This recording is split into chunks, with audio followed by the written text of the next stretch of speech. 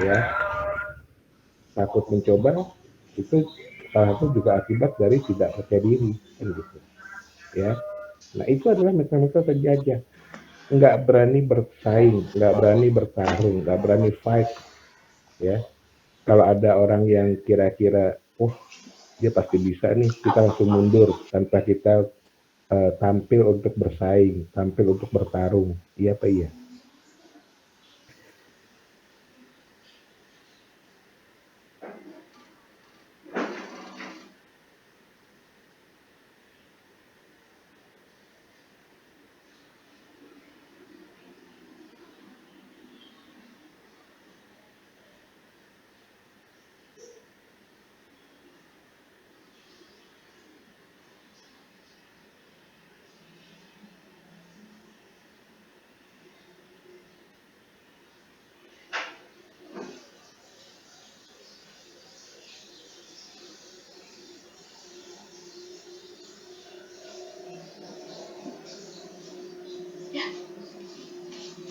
Koneksinya hilang.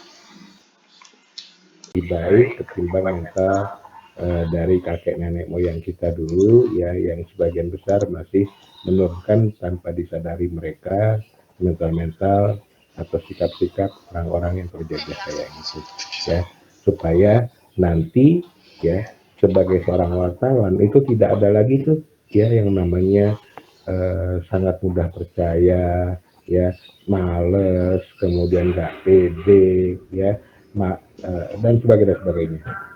Oke, sehingga kemudian apa tuh namanya yang tadi ya, bahwa kelemahan internet kayak gitu, kalau mental semua Indonesia sudah tidak mental terjajah lagi, maka saya yakin poin nomor 2 dari kelemahan internet itu bisa teratasi. Ada yang mau bertanya sampai sini? Silakan. Saya mau bertanya, Pak. Ya. Berkaitan dengan karakter media online yang menjadi kelemahan kan, baru kemarin kasus narasi yang diretas gitu. Nah, kasus peretasan ini juga apakah menjadi kelemahan tersendiri yang membuat media online itu sebenarnya juga terguncang gitu? Itu bagaimana, Pak? Tadi agak kepotong, kasus apa namanya, Melet? Narasi yang teretas, yang diretas oleh hacker.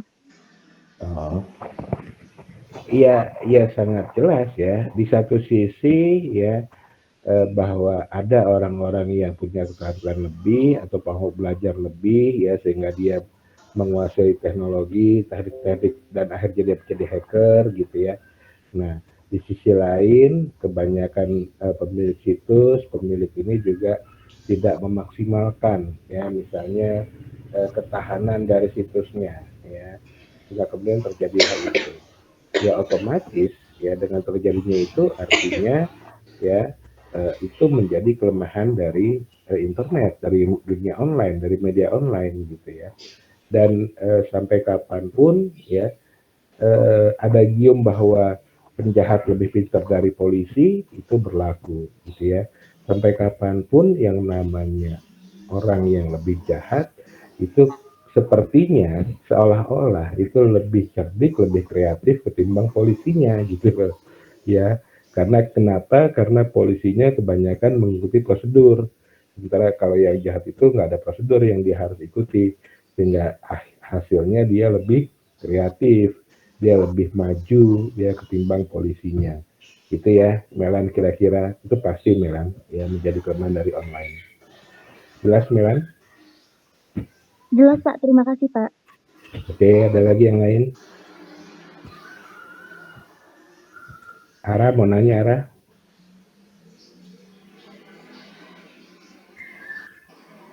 Ya masih ngantuk ya, masih kusuk-kusuk mata. Ya. Ya, Pak. Ada yang mau bertanya lagi? Masih tentang kepemimpinan ya, Pak? Kepemimpinan? Maksudnya? Tadi Bapak bahas sebelumnya atau saya keluar tadi? Saya malah bingung nih, kepemimpinan yang mana nih? Tadi yang saya jelasin itu konteksnya dalam poin nomor 2 dari kelemahan media online gitu ya, yang dapat dimiliki dan dioperasikan oleh sembarang orang. Melebar sehingga kemudian sampai kepada soal itu gitu.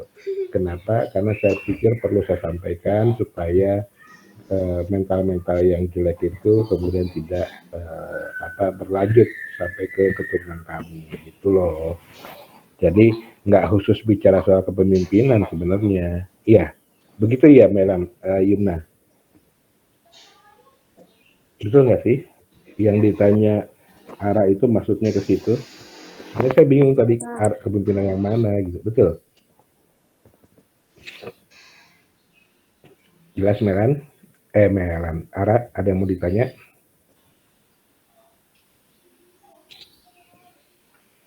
Ini kayaknya nggak nyampe suara saya ke Ara nih. Jelas nggak tadi? Penjelasan saya? Oke, saya lanjut ya.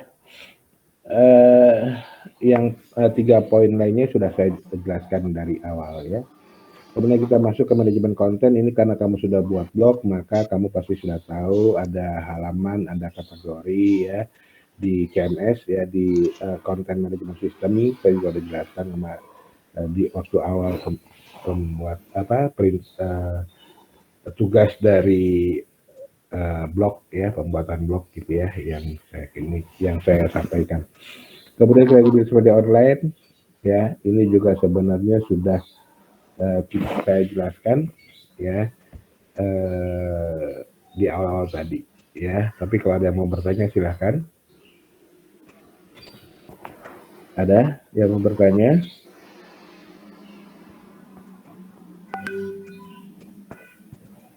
Kalau nggak ada, kita masuk ke materi keempat ya dari kuliah kita.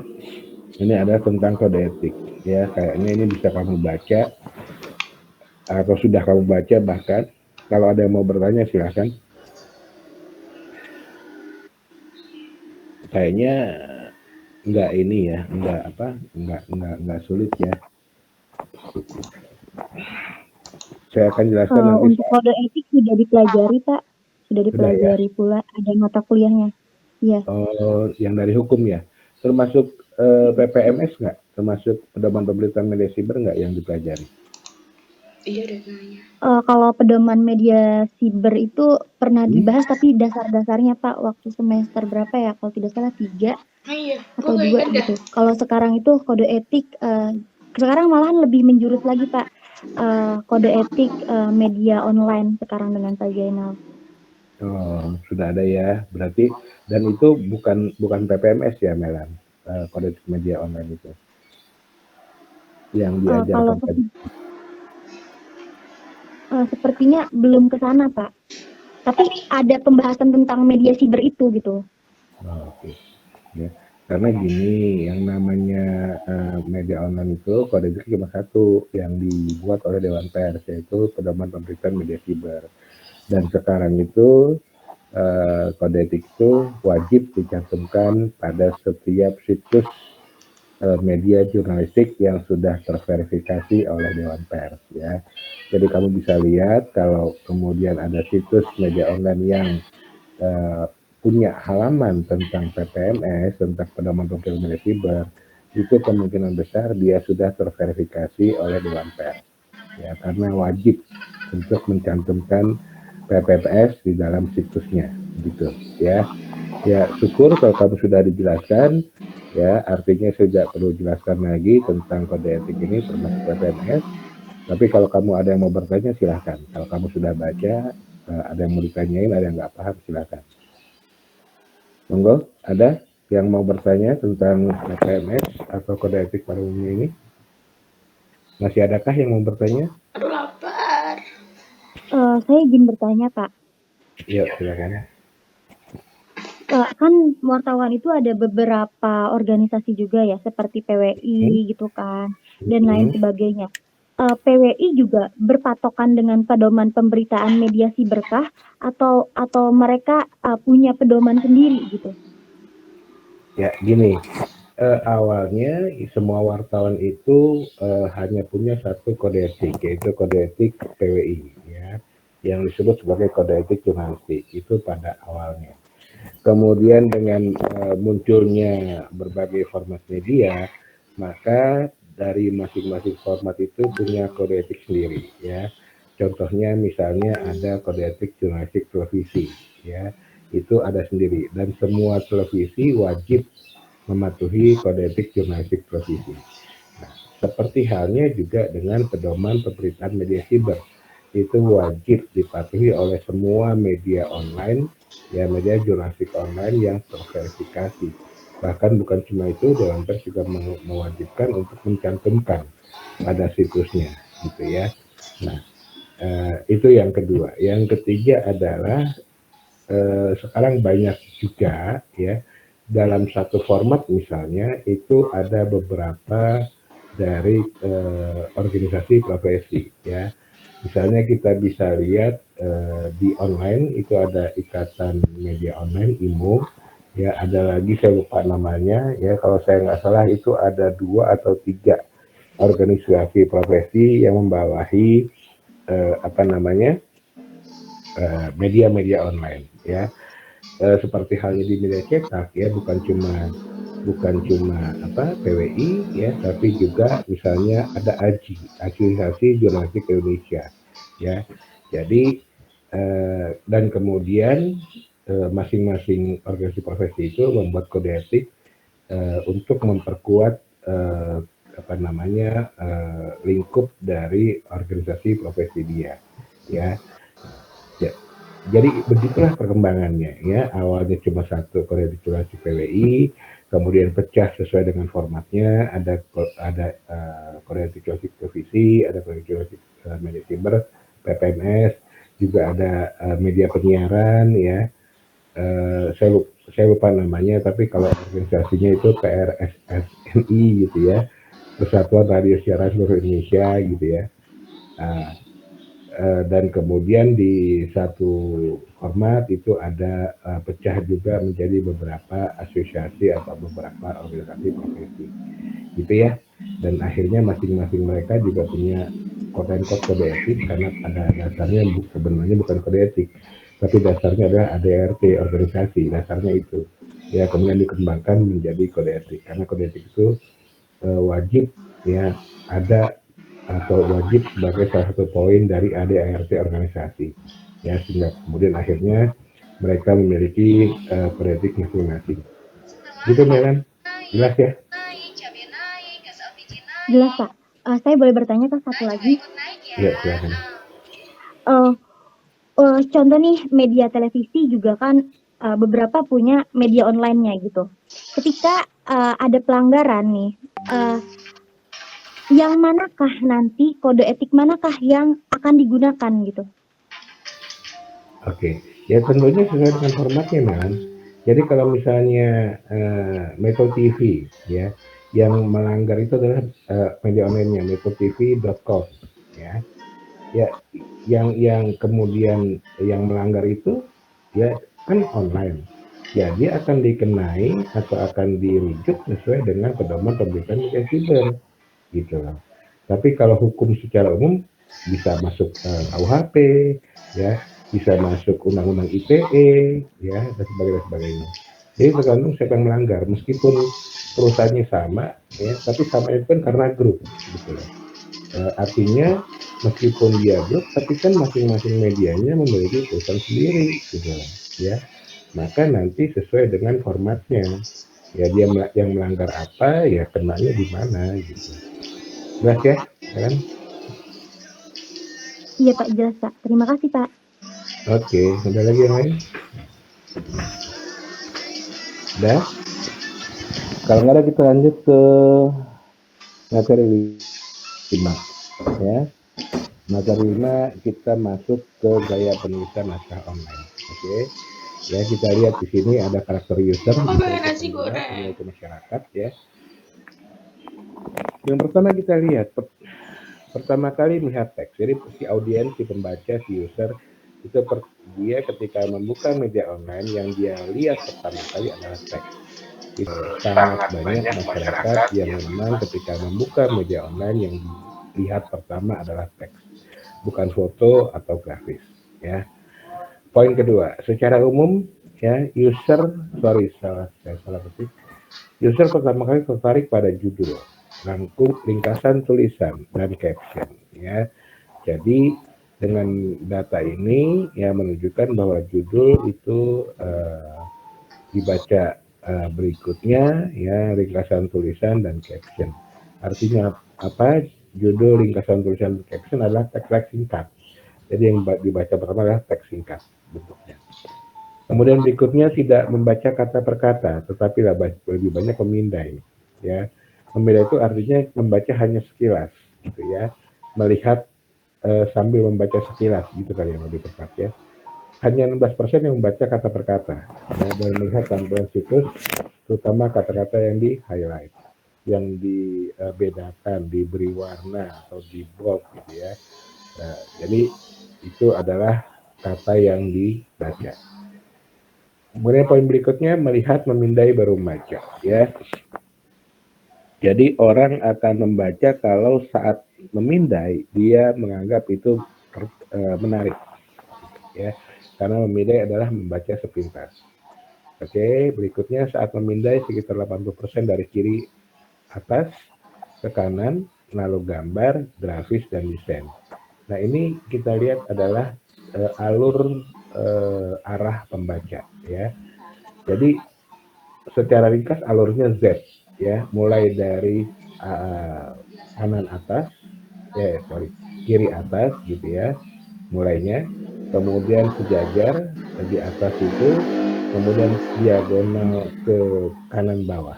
Nah, ketika diagonal itu pastinya kalau tampilan media online di beranda itu ada foto besar, foto headline gitu ya, judul utama, maka itu terlihat gitu ya. Kemudian masuk lagi ke kanan, ke kiri bawah itu teks ya, dan sejajar sampai ke kanan bawah. Jadi ringkasnya alur baca audiens atau user itu adalah Z ya. Jelas. Kemudian berikutnya 20% membaca kata per kata, judul, anak judul, kutipan, teks box ya, serta huruf tebal, miring, underline, dan huruf warna. Kita lihat 20% itu yang dibaca adalah yang highlight, semuanya highlight ya, atau teks singkat gitu ya. Kemudian berikutnya lebih menyukai judul yang to the point dibanding judul yang lucu dan cantik. Jadi lucu aja masih kalah dengan to the point. Kenapa? Kan tidak semua orang memerlukan kelucuan, memerlukan humor gitu ya. Karena ketika dia browsing di dunia online, ya, artinya dia butuh berita yang serius. Ya, kalau dia butuh istirahat, butuh rehat, maka yang dia lihat adalah bukan berita, tapi yang sifatnya memang langsung ke hiburan. Jadi judul yang lucu itu biasanya akan tersisih, ya. Karena ketika orang serius mau cari berita, dia cari judul yang to the point. Ketika dia mau hiburan, dia mau rehat, dia langsung melihat kanal-kanal yang isinya memang hiburan, gitu ya. Kemudian berikutnya adalah membaca ringkasan dalam pendek, yang tadi saya sudah bilang. Kemudian tidak berlama-lama di situs, ya. Satu orang itu biasanya hanya bertahan pertama 10 menit. Kalau 10 menit dia browsing dan tidak ada yang menarik, maka selesai sudah. Dia kemudian akan menutup browsingnya, gitu ya. Kecuali kalau dia merasa ada yang menarik, mungkin dia bertahan di situs yang dia anggap menarik itu juga 10 menit, gitu ya. Itu menjelaskan poin berikutnya. Sampai sini ada yang mau bertanya? Ya, kemudian penulisan riset merekomendasikan penulisan di media online harus dapat dipindai dengan cara yang pertama highlight, ya. Jadi keywordnya itu di highlight. Kemudian meaningful subheading, artinya pemahaman subjudul yang bermakna, ya. Kemudian daftar dengan menggunakan simbol ya atau nomor. Kemudian satu ide satu alinea, ya, dan gunakan gaya piramida terbalik. Dan terakhir adalah kalau dicetak misalnya jumlah kata dari berita dicetak itu biasanya 800 ya, maka di online itu 400. Artinya selalu setengah dari jumlah cetak. Oke, ada yang mau bertanya?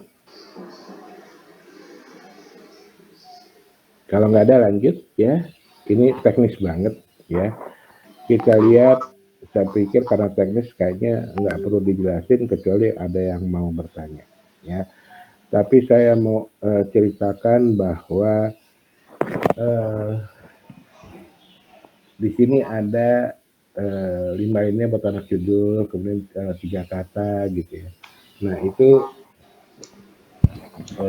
artinya memang perlu praktek ya, perlu pemahaman, dan boleh kamu bandingkan. Kalau kamu tidak mengikuti ini ya, artinya kamu bisa tanya, ini kamu tes di blog kamu aja.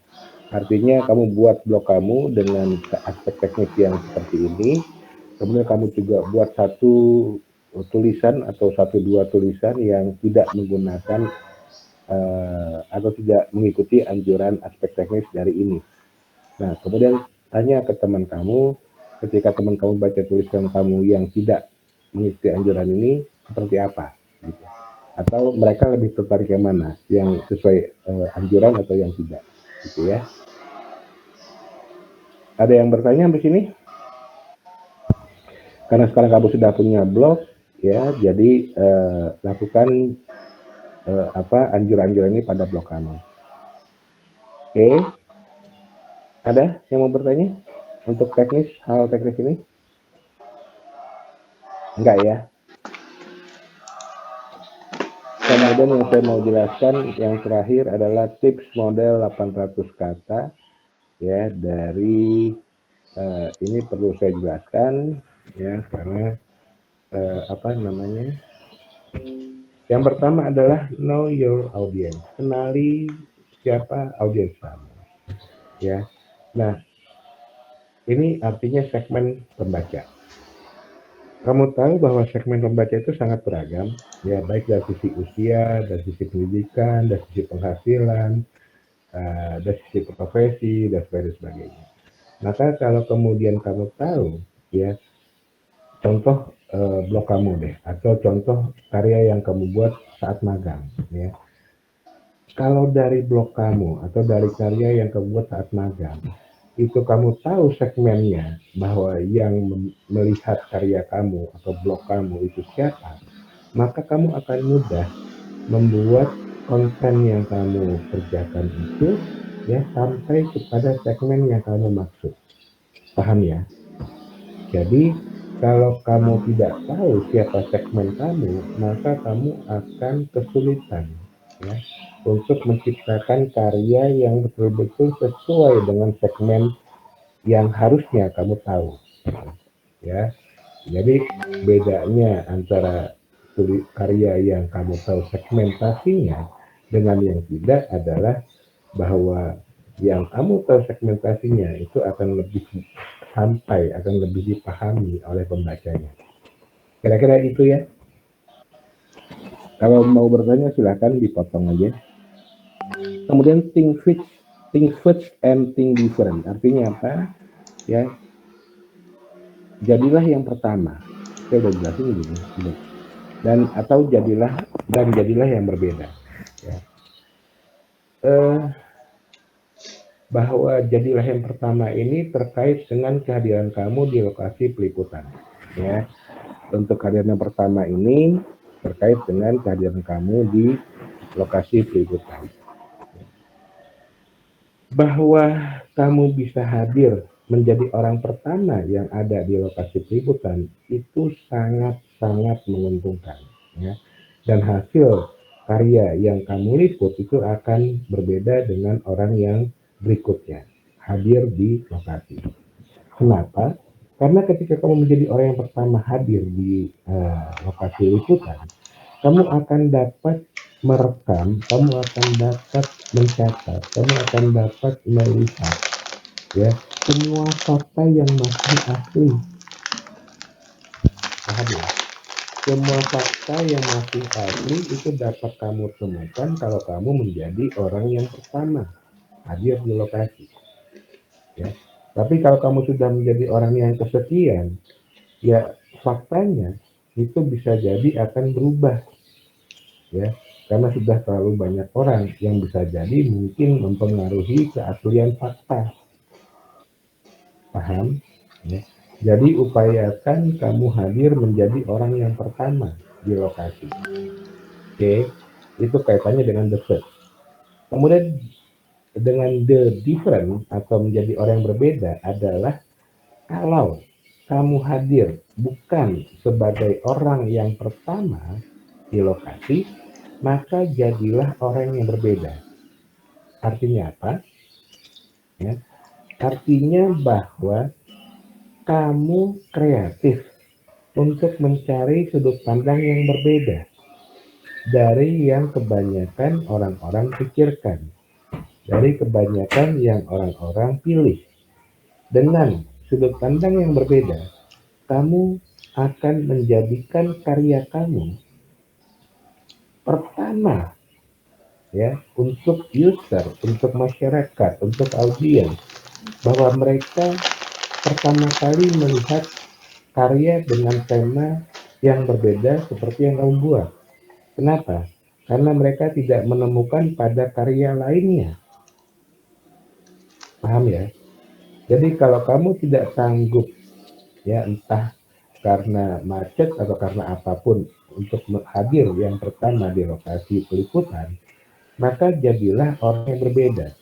Artinya dengan sudut pandang yang kamu pilih itu menjadi satu-satunya sudut pandang yang digunakan, ya, atau menjadi sudut pandang pertama yang digunakan, maka tulisan kamu, karya kamu akan tetap menjadi yang pertama, ya, karena sudut pandang karya kamu itu berbeda dengan yang lain. Sampai sini jelas? Jelas ya? Oke, kalau jelas saya lanjut ke berikutnya. Kemudian yang ketiga adalah tailor your news gathering. Artinya tailor itu menjahit, ya. Menjahit itu artinya kamu menyusun. Jahit itu susun, sama, ya, pemahamannya. Dari karya kamu dengan bahan setelah lengkap terkumpul, ya. Jadi jangan kamu susun karya kamu, bahannya kemudian masih nyusul-nyusul gitu, jangan, ya. Jadi kumpulin dulu semua bahan, ya, baru kemudian kamu menyusun, baru kamu menjahit. Kenapa? Karena kalau ada yang menyusul, maka bisa jadi kamu merombak jahitan kamu merombak susunan kamu, gitu. Dan itu artinya kerja 2 kali, gitu, ya. Nah, kalau kamu bahan sudah terkumpul, maka kamu akan lebih mudah, ya, membuat tulisan kamu itu memiliki ciri khas, ya, bahwa itu adalah punya kamu. Oke, kemudian berikutnya adalah write lively and tight. Artinya buatlah karya kamu itu hidup. Apalagi kalau karya kamu hanya berupa tulisan, ya. Maka jadikan tulisan yang dibaca oleh user itu yang ada di benak mereka adalah video, ya, bahwa meskipun kamu buat tulisan tapi kamu mampu menciptakan video dari tulisan yang mereka baca. Paham ya? Nah, itu artinya membuat hidup. Kemudian ketat artinya adalah tidak melebar, fokus pada hal yang dibahas, itu ketat, gitu ya. Sehingga dengan ketat begitu artinya video kita atau tulisan kita itu akan menjadi lancar dan mengikat. Kenapa? Karena dia tidak menyimpang, dia tidak melebar, dia tidak kemana-mana. Gitu. Dia fokus pada masalahnya, pada apa yang disampaikan. Jelas ya? Kemudian explain itu adalah penjelasan, ya. Nah, biasanya tadi, ya, kelemahan dari brevity adalah kurang menjelaskan. Kalau kurang menjelaskan artinya kurang akurat, ya. Kalau kurang akurat artinya, ya. Oke, jelas ya, paham ya? Nah, kemudian never bury the lead. Artinya bury itu kuburan. Artinya adalah jangan pernah jadikan lead kamu, intro kamu sebagai kuburan. Artinya menyeramkan atau orang jadi malas membaca gitu ya. Jadi lead kamu itu harus menarik, harus memikat ya. Jangan seperti kuburan yang dilewati, yang dilupakan, yang ditakuti oleh orang. Atau juga ya, jangan kubur. Artinya apa jangan kubur? Jangan kemudian kamu tidak menulis lead gitu ya. Jadi never bury itu pembanding dua, jangan jadikan kuburan dan jangan kubur. Jelas ya? Kemudian short but sweet ya. Ini Antar masih ada nggak Antar? Iya Pak, Masih ada. ada Pak. Kamu suka yang short but sweet nggak? Apa Pak? Short but sweet. Kamu suka nggak? Kresek-kresek Pak suaranya. Nah, kesalahan ada pada telinga kamu kayaknya. Short but sweet. Short but sweet. Sob baswe Pak. Short, singkat atau pendek. Oh. Ya, but sweet. Kamu lebih suka yang pendek atau lebih suka yang tinggi? Yang pendek Pak. Nah, berarti short but sweet ya. Iya. Iya. Siapa orangnya? Antar. Oh Pak, Siapa orangnya? ada deh Pak. Oh, ada deh. Oke. Maksudnya adalah ya kalau Antar itu bilang adalah kekasih hati, tapi maksud dari short but sweet ini adalah semakin ringkas, ya itu semakin manis. Semakin pendek, semakin singkat itu semakin manis, semakin memikat. Gitu. Kalau Antar bilang semakin pendek dia semakin manis gitu ya Antar. Ya, artinya upayakan tulisan kamu seringkas mungkin, gitu, ya, supaya dia mampu menjadi manis, menjadi memikat bagi user. Kemudian berikutnya adalah break it up, ya, artinya apa? Yang tadi satu artikel tapi ada 4 halaman, ya. Si redaktur biasanya atau editor itu memecah tulisan menjadi beberapa bagian yang tetap terhubung ya agar tidak membosankan ya. Ini tadi saya sudah jelasin ini kita. Kemudian berikutnya adalah don't fear the link, jangan takut untuk mencantumkan link, tapi juga jangan norak gitu. Arti jangan norak, jangan udah linknya kamu tulis link gitu, baca juga kamu tulis link, lihat juga kamu tulis link, itu norak ya. Kenapa? Karena orang malah nggak akan baca, nggak akan buka link yang kamu tulis seperti itu gitu ya. Kemudian berikutnya terakhir kalau nggak salah adalah take risk but remember the basic ya. Ambil resiko untuk membuat gaya dan sesuatu yang baru dan berbeda. Jadi saya dulu suka banget apa namanya coba-coba, artinya coba-coba kalau saya anggap gaya tulisan saya itu unik gitu ya, beda, saya tulis aja. Saya nggak takut dengan apa nanti orang bilang apa, enggak. Ternyata apa yang saya tulis itu disukai kok gitu. Contoh, saya dulu pernah bikin profil antara sekaligus 2 orang ya. Jadi waktu itu saya wawancara pas 17-an nih, saya wawancara guru dengan Sukma ya, anaknya Bung Karno. Kemudian ya sekaligus 2 aja itu sudah unik ya. Saya wawancara sekaligus 2 dan hasilnya saya rendengkan, saya sandingkan gitu ya. Kemudian gaya penulisan saya itu sebelum saya masuk dengan apa jawaban